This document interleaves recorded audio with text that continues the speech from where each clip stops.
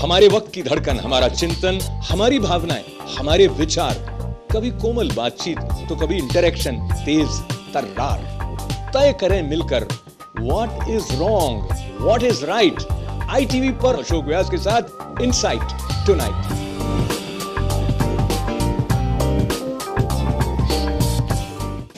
Namaskar, I'm Ashok Vyas and today we'll be talking about work.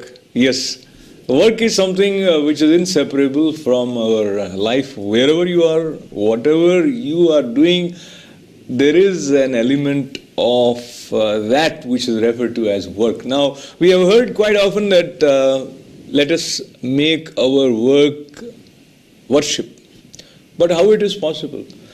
Do we need somebody to guide us to make it possible?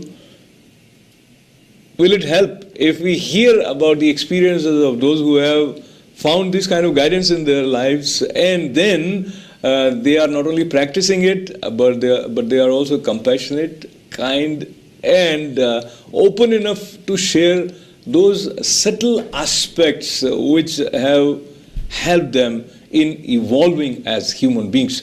I have the distinct pleasure of welcoming a couple today to ITV studio who are blessed by the grace of Satya Sai Baba. So without further ado, let me first welcome Soumya Panchanathan ji to our studio. Namaskar. So Soumya ji, you are a pediatrician. And you also teach medical students as well as people who are practicing pediatry. So that is amazing. And then we also have Sethu Raman Panchanathan ji with us. So, Namaskar, you are teaching computer science at Arizona State University. That's correct. And then you have also developed something which is very interesting and very effective. What is that? We'll talk a little later. But let's go to the initial stages when you came into the contact of Satya Sai Baba, or you heard about him for the first time. So let me open with you, Soumya ji. So I came into contact with Swami when I was 12 years old, and my parents were looking for some guidance in our lives. And we first saw Swami when I was 13. And since then, I feel like my life has gone on a different trajectory than it would have had we not ever heard of Swami. He has really guided how we should live in our lives. It's difficult for people to comprehend what you just said. We'll come back to you. And now to you, Sethu ji. Yes.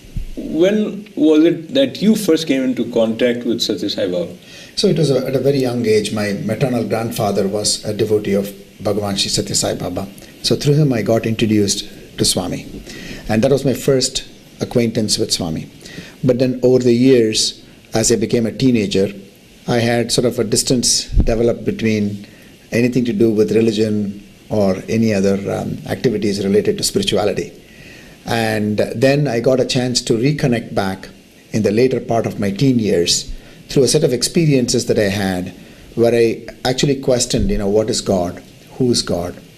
And these questions essentially was something that Swami was very gracious enough and kind enough to answer, that then helped me to really understand what the spiritual path is about. And that set the stage for me to continue in that trajectory. So now you raise a very important question, which is key element for most of us. What is God? Yes. We hear certain definitions, or some people associate certain forms when they say God. But I'll come back to you. And this question, when you share your response about what is God with maybe young kids, what would you tell them?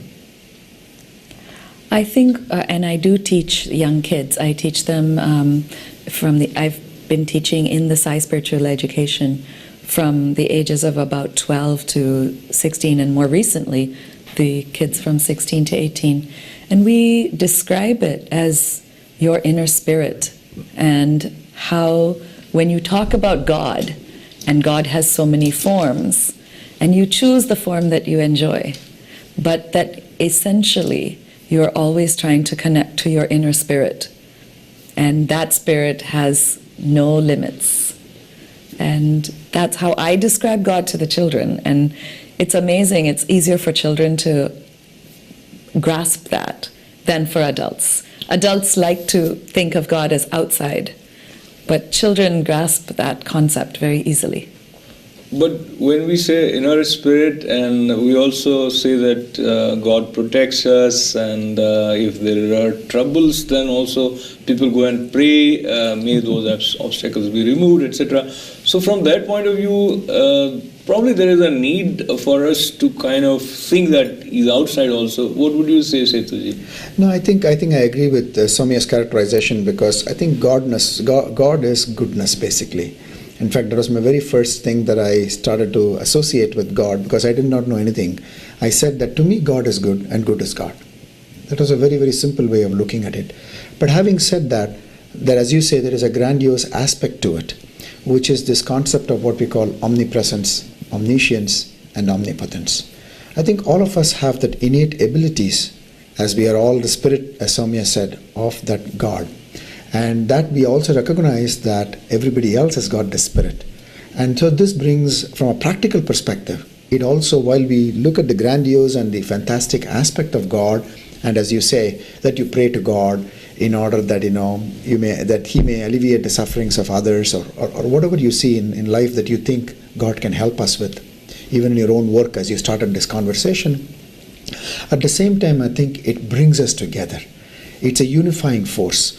Because to me, the constant aspect is the thread of love, that we love ourselves and we also love the people around us.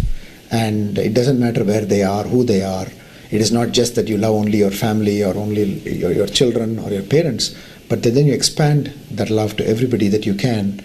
I want to come back to this love aspect, and that level of consciousness where you feel that you love yourself and you are in a position to extend this to one and all. And many of us find that this is kind of eluding. We just hear it, we don't experience it. And so I come back to you, Soumyaji. When was it that you felt this kind of love is there in me, and this wants to go and reach out and touch everybody? I think I've had glimpses of it many times, but I would say more recently, it is a more constant presence in my life. And in fact, that is the reason I've been able to teach the kids that if you think of God as your inner spirit has so much it wants to do. It has so many ways in which to express itself and express its love. And so I feel like it makes life easy. Actually, people always think of, am I going to do something for someone else, or am I going to do something for myself? But if doing something for someone else is the same as doing something for yourself, expressing your love becomes easy. And so I feel that as that presence has increased in my life, my ability to express that love as just who I am has increased. So we try to understand if that is not a part of our experience. So then one wonders, is it something sort of partial kind of set up by God's design that some would experience it, some would not, or everybody has equal claim to this experience? What would you say, Setuji? I think all of us have got the equal opportunity to experience this. The first thing I think is to open yourself up to the experience. It is not that something has to happen to you. As Soumya was saying earlier, it happens through you. So let me give you an example. And it is not by any means just because we are saying these things that means that all of that has been comprehended and sort of digested. And so what we are saying is there is intellectualization of this, which you're talking about. But then there is this daily practical things that we do to get to that point. So we would say that we are taking those baby steps, right? So one of the things that, as you were starting this conversation about work, is how can we do it through work? How can we do it through our daily living activities at home with our family and friends? So it is a constant reminder of how whatever, as you described, work as anything that you do is work. And it is not just because you get paid it becomes work. That anything that you do is work.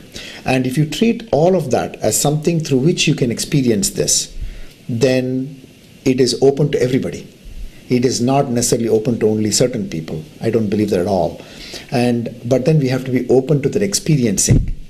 Because once you open yourself up to experiencing it, then the experiences do happen, at least from a personal perspective. I want to use that cliched expression where they say, I may sound like a broken record, but then again, when you say you should be open, so somebody would say that, why am I not open, even if I try so much, and somebody's like, he's born that he is able to open up. Mm-hmm. So there is something different in me and him. So I don't want you to respond to it, but our mind plays tricks, I must say, and if we want to understand how it is playing, that probably would solve some of our problems. So the tricks of the mind, in the presence of Satya Sai Baba or through his grace, how you felt, Soumyaji, that he has helped you in understanding your mind?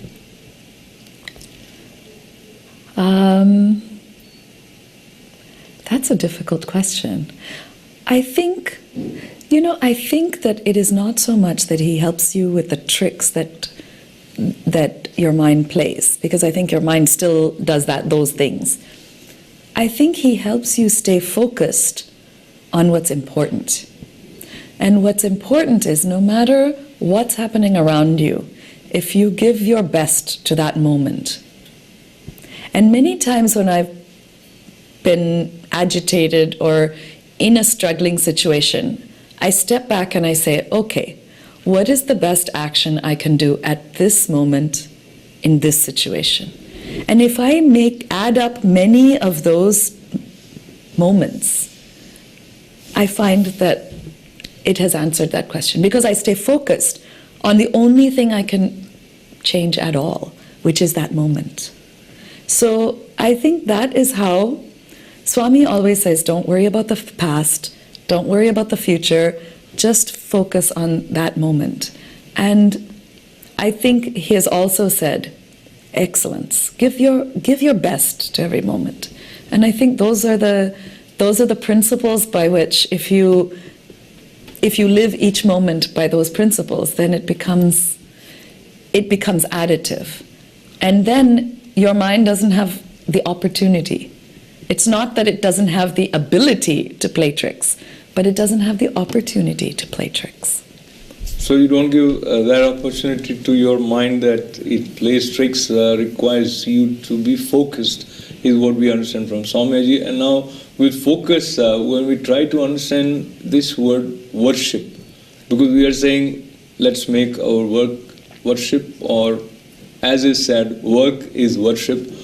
We understand a little bit about what work is, and science also gives us a definition whereby they would exactly measure what the work is. But what is worship?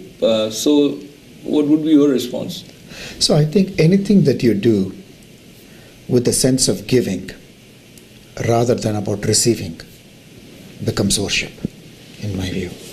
So if you go to work normally, if your focus is all about the pay that you will receive or the promotions that you may receive, versus what can you do to effect change, what can you do to help advance the enterprise, what can you do to help others also advance in their aspirations and be a great team player, and at the same time be a good leader.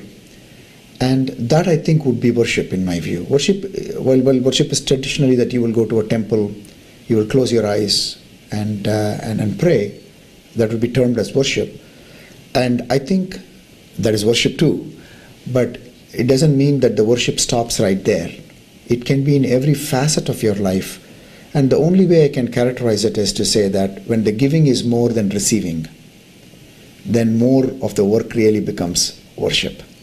When it is all giving and not about receiving at all, it becomes totally worship. And so it is our opportunity, as Soumya was saying, to see if we can exercise that within us to be able to do it. Sometimes with the grace, we'll be able to do it all the time on a particular day or a particular hour. But sometimes it is an effort.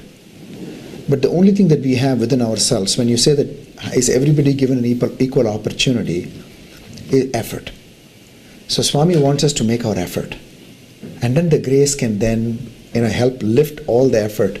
And you find oftentimes, and at least I've found, that sometimes what you receive as the outcome of that work is a lot more grandeur than what you thought it was going to be. That's because the effort is lifted by the grace so much that you can actually feel it. Wow, did I do this? Or even this interview, for example. It might not be what I thought I was going to say.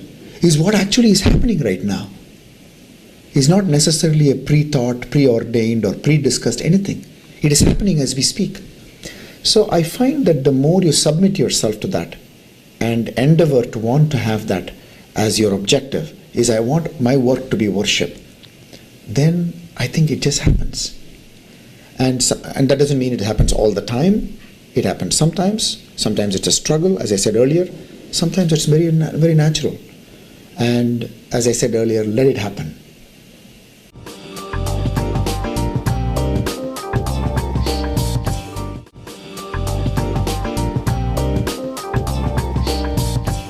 And what we normally hear in the name of being intelligent and being someone who is result oriented, and also the famous line, what is there in it for me?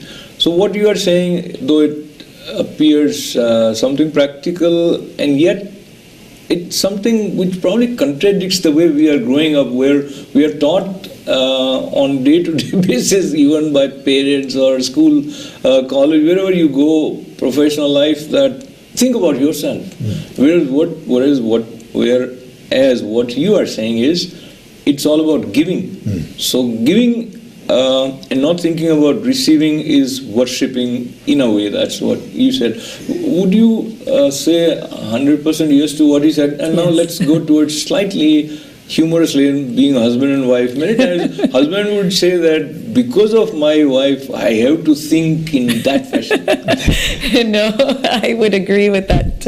In fact, I believe that the whole idea of creating your work in a way that is worthy of being an offering is absolutely what we aspire our life to be. And I hope he never has to feel that that he has to think the other way because of me. Because the joy you get in life is directly proportional to how much of it is giving versus how much of it is receiving. Receiving, it happens, and the more you give, as Panch said, you are showered with grace, unbelievable. Money, position, all of those just come. Without... I'm sorry, I shouldn't be interrupting you, but some of you who are still listening and some of you are finding that what they are saying is really making sense and you are enjoying every bit of their expression, but you feel that this is not happening with me. And some of you must be questioning that she's saying if you give, though you are not looking at gaining it, but you get a lot than what you expected. So some of you, and let me give this thought to Panchji, some people start practicing it and then they realize that it is not actually happening, I'm just doing and others are not responding or I'm not getting back, and then they feel a little disturbed. Yeah, no, you're absolutely right. And that's where when you're living your daily life, those things can be disappointments. And sometimes you wade through those disappointments. Sometimes the disappointments hold you back. that is a process, I think. It is not like, just because you're doing it, now suddenly the world has changed. And suddenly you see that everything is different. But there is a difference that happens. When you orient yourself that way, it is like, orienting yourself to the compass which is facing north, right? The directions start to happen. But that doesn't mean that you don't have to travel. You still have to travel. There will still be the mountains to climb. There will still be all of those things that happens as you travel. But you feel like you are now directed in the compass, and that you're facing the right direction and moving forward. And I found, this is where I wanted to sort of bring this association back. I think Swami is a tremendous inspiration. See, for some of them, Swami is God. For some of them, Swami is a spiritual teacher. For some of them, Swami is a selfless service, for the humankind, as a person with immense service that he has done for humankind. It doesn't matter how people relate to Swami, but the important thing is that he is a tremendous inspiration because he lived a life which is what we are talking about right now, where he was giving, and forgiving, and not receiving anything at all. So when you see a person walking like that on earth, you get inspired by that person. You see them embarking on these grand projects, and they unfold and they happen in unbelievable amount of time. You see a person who has never taken, or asked for anything from anybody except their love, and you find that things are unfolding and happening. So it becomes a true inspiration for you. And then now, if you're a person who believes that there is grace to be received, and if you invoke the grace, it comes in immense measure. The only way of describing this is you see it, you experience it in your life. And I know, as you said earlier, some people may feel, but I don't receive it. It is a process. It takes time. You work at it, and you will receive some. Sometimes you receive it, you don't even recognize that you have received. Right? So I think that's a very valid thing. We don't feel because we don't recognize. Now, recognizing that we are given limited amount of time to be in this body form, so everybody definitely is going to go away, and each beautiful conversation also finds a point where you say bye-bye, but there is some time, and we just want to go towards the practical side of how to make worship. For that, do we need to do something which is definable, or which you may, Soumyaji say that by practicing this, it becomes more probable that our work becomes worship. So what I'm saying is, you practice certain things which would lead to that kind of state. So I think focusing on the excellence of the work for its own sake, I think is one thing that helps. The other thing is, the less you are focused on the results, the more energy you have to put into that work itself. And in fact, the quality of your work, it becomes a cycle. As your work quality improves, you don't have to worry as much about the outcome. As you worry less, the quality improves. And I really feel that excellence and, again, focusing on how it can affect those around you. And I don't have any other practical ideas. I think, but I do want to point out one thing, it is a process. On a few days, I may have 2 minutes in a day where I'm able to capture that state. Another day I may have 6 minutes. Another day I may spend the entire day in that mode. And I think going along with that is how we can, as we recognize those minutes, as we feel joy at those minutes, then that's how I do it practically. So practically speaking, as I mentioned, the time is always limited, but there are a few things that needs to be capture or we should catch them. And from that point of view, I want now Setuji to share with us, you are from Arizona State University and you have been instrumental in making an excellent offering for visually impaired people whereby they can read. Now this has happened through the multidisciplinary approach that is a part of Arizona State University. So share with us what is it that you have done and how it is helping. Yes. So again, setting the stage. So I was one time, sitting in front of Swami, and then he was talking about the work as worship. And related to that, he was talking about information to transformation. So he was talking about how information is information. There is transformation of information, but there is no real transformation.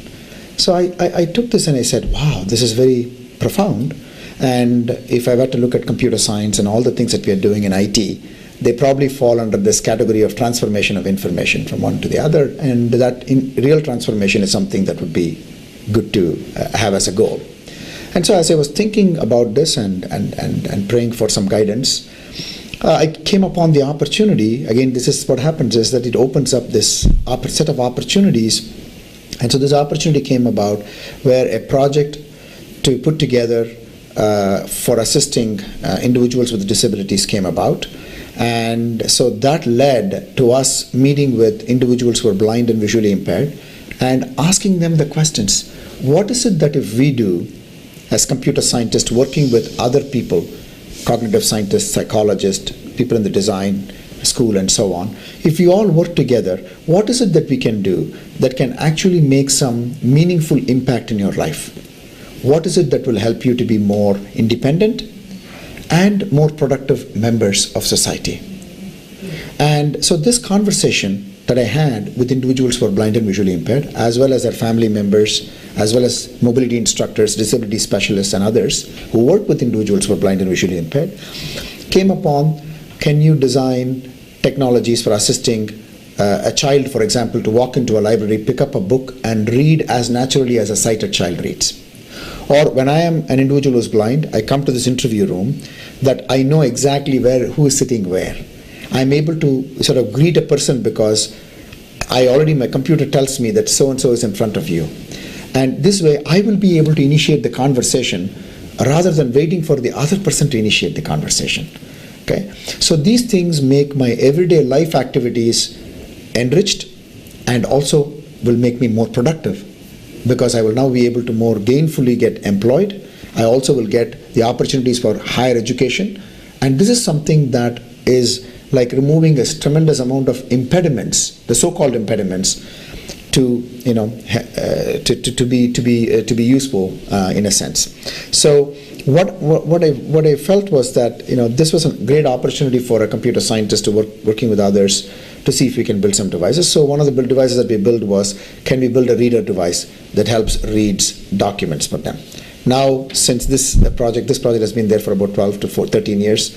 There have been readers that have come out of that project, but also it has also motivated other people to take on this problem and work on that. We are still working on the product to recognize people and recognize their emotions, and being able to assist people with information that is not visually accessible, but how do you present that information in other modalities like vibrotactile, as we call it, haptics, touch-based information, and audio-based information to augment what is not available through the visual channel through other channels. So this opened up not only, it's a very interesting thing, it not only is assisting the individuals who are blind and visually impaired, but in turn, it has made the research work go in a direction that it would have never gone. And in fact, the research work is even more enriched than it would have been otherwise. So this is what is the beauty of the whole thing, is you think you're embarking on something where you can be useful, doing something that is useful to humanity through your work. But suddenly the work itself becomes much more enriched than it would have been by just only doing it as an incremental work. This becomes a transformational work. So it is what they would typically ascribe it as. It's a win-win-win-win situation. Very nice. So we want also to be a part of this win-win-win and one more win. Yeah. So it's definitely a victory for us to listen to your experiences, and these products are available for... These are prototypes in the lab that we develop. And as I said, through this thing that we publish or we patent, that people can license those patents, or there are a few of them that are trying to, students who are trying to start up companies and build some of these devices. So it takes many forms. Sometimes our work, because it is published, gets read by others and gets developed as a product that is available.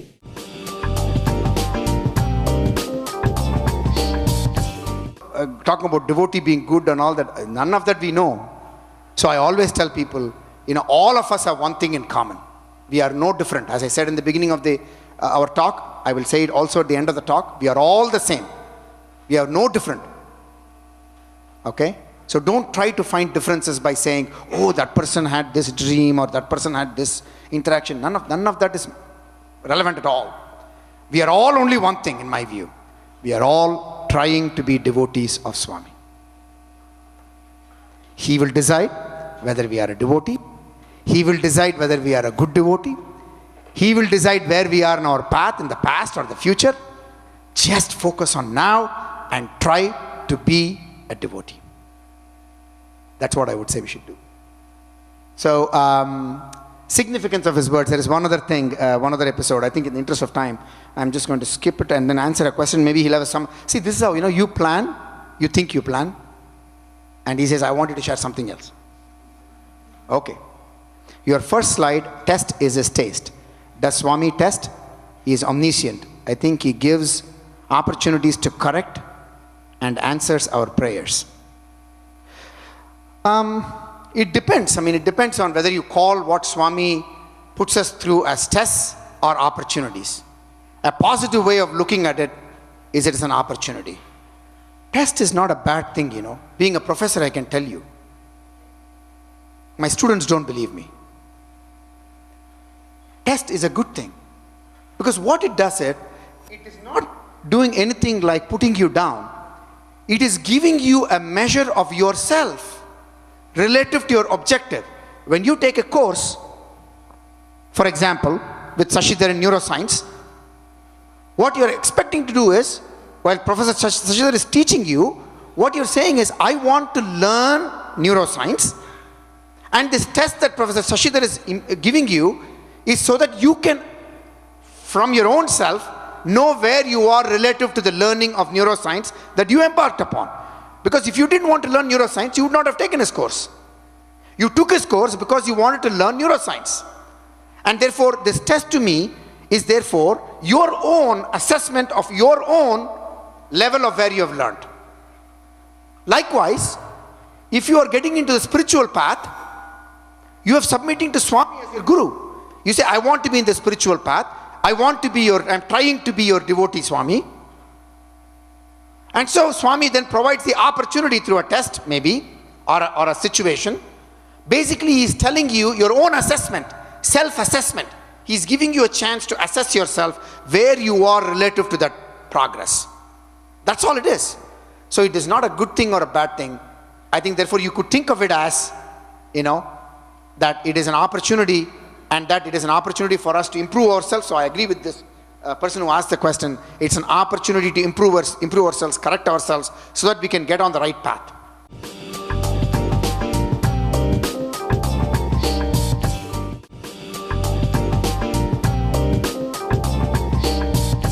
So there is a process. Yeah. There is a process everywhere. Wherever there is growth, there is some process. Sometimes we know it right away. Sometimes it takes a lot of time, maybe many years, maybe many births.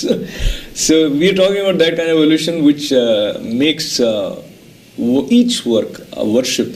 And before we wind up this conversation, when we talk about Satya Sai Baba, always there is this element of miraculous thing happening, and sometimes people are attracted by that a lot. Looks like both of you have had your share of miraculous things touching you, but now you have digested them so well that you feel that they were a part of a bigger thing. So still I want you to share with us, Swamiji, there was a time when you were a medical student, and so what was it that prevented you from continuing and then coming back?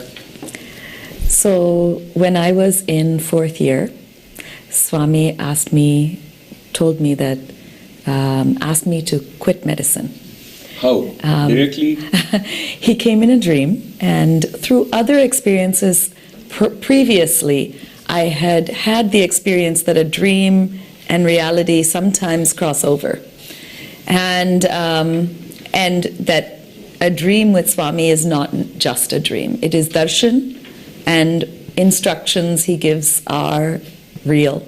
So I quit, and then you didn't think about what is the instruction for me to do after quitting it?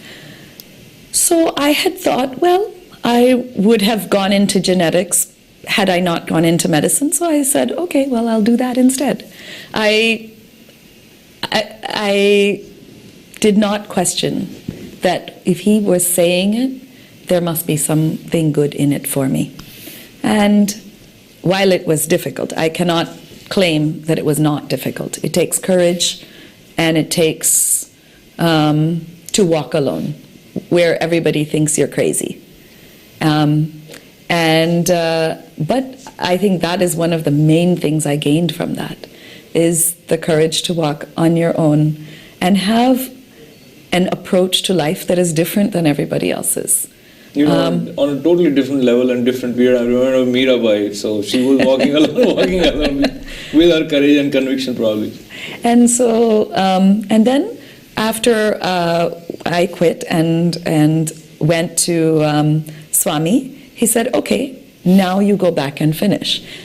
And at the time, and even for many years, I didn't understand that whole process. If he really wanted me to continue, why did he ask me to quit and then ask me to continue? But I feel like my relationship to my work changed during that time. Had I continued, there was still an element of, this is what I want my career to give me. Whereas at this time, when I went back, it was totally because that I was using my work as an instrument to show my care and love for people. That was it. And it shifted something in my work. And so I feel like, as difficult as it was, when I went back and I finished my training, I went into pediatrics, and I've worked ever since. I feel there's an element of, it doesn't matter what I get from it, that he gave me through that experience. That's amazing. Actually, this makes it appear that staying away from following that course of study has been the most important thing in your life. Absolutely. In terms of transforming you. Absolutely. It transformed me completely. And now, as we move towards the concluding part of this conversation, Setuji, you were here sharing your experiences and insight with a group of Sai Devotees in Queens, New York. So how was that experience for you? How it enriched you? Yes. So, every time when we say this, even during the time that we give these talks, Soumya and I, every time we talk about Swami, first of all, as this conversation, as I said earlier, things sort of come through us which we had not planned. So sometimes we are listening as we are speaking to what we are saying, and we are like, wow. But the second thing that happens is it helps you relive some of these things, because we all need reinforcements, right? And that is why, as you say, practice, right? When you're learning violin, you practice every morning before you perfect it. Even this whole experience thing, while it happens to you, it has not fully sunk in. So every time we get a chance to speak about it, we said, wow.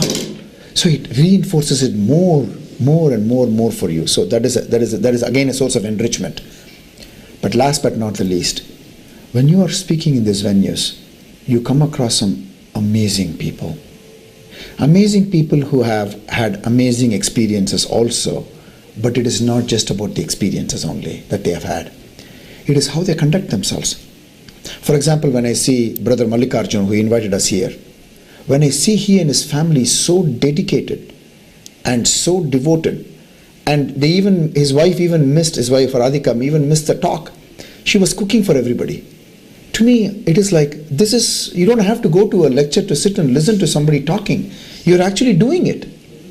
You're here missing all of that, but you're cooking for all the people that are there. So you find these amazing people that then inspire you again. So this is a constant source of enrichment, reinforcement. So we met again another brother who we stayed with, Dr. Jay Gopal. I mean, talking to him, I felt like, wow, here is an anesthetist who is all the time traveling to different parts of the world to do medical service.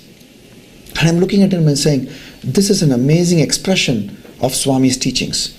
So you find people in these venues who are living Swami's teachings, who are expressing Swami's teachings, and you see that and you get inspired again.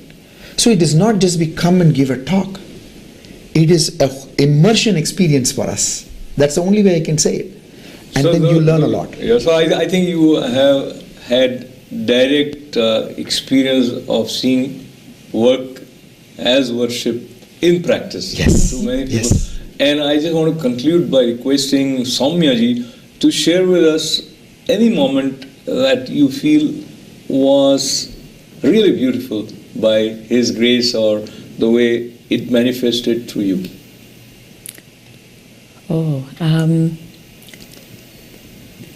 I think just whenever I have been in His presence, the kind of person He has inspired me to want to be. I think, and when we talk about Swami's miracles, I think the biggest miracle is how He changes us. What He creates, what He does is minor miracles compared to the miracle of the change He does in us. And I think that's probably the biggest moment, I would say.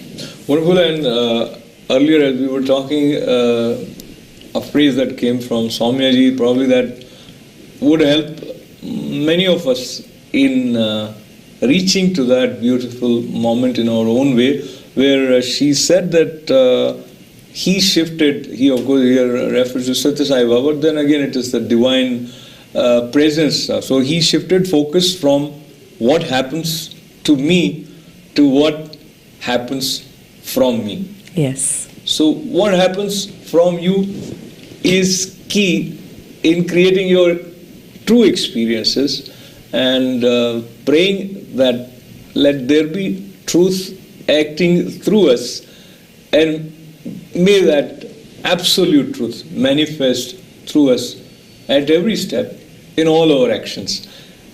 My profound thanks to Sethuram Panchanathanji and Soumya Panchanathanji for joining us. This is Ashok Vyas, thanking all of you with lots of good wishes.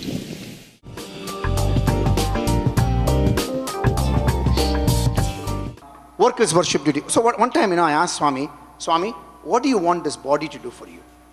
Like this, exactly like this. I said, what do you want to do this body to do for you, Swami? Swami said, without a single second gap, he said, work is worship, duty is God, do your duty. So he knew that this fellow cannot sit quiet like his wife, meditate. That is not for him. He already knew that. So he said, instead of telling me, meditate quietly or this or that, he said, this is your path. So I said, okay, I'll do that, Swami.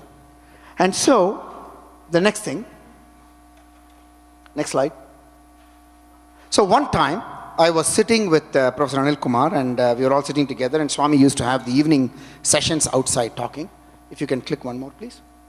And then Professor Anil Kumar said to Swami, there is a workshop on information to transformation. And he had not even finished that statement. Swami immediately quipped and said, what information, what transformation? Information is only in formation. There is no real transformation. There is only transformation of information. All of this like that. There is no transformation of there's only transformation of information, no real transformation. Information is only in transformation. Information in formation. There is only transformation of information. there is no real transformation. And a boom, like, I'm sitting there, I'm listening, and I'm like, wow. Like my friend the other day, this is very profound. So this really was profound for me, because I'll tell you why. Because if I, as a computer scientist and a person who's working in information technology area, all the developments in computer science until today can be summarized by only one sentence, and nobody has ever done it like how Swami said it. All the things that happen in computer science is what I call transformation of information. Data from one form to another, storing data in a database, compressing data and transmitting. All of them are just playing with information in one form and transforming from one side to the other side to the other side. That's all the whole of computer science is, all algorithms, all methodologies, all everything. Now it's called big data. So it's all big, again, information, no transformation, big no transformation. So I was just blown away by this, and I said, wow.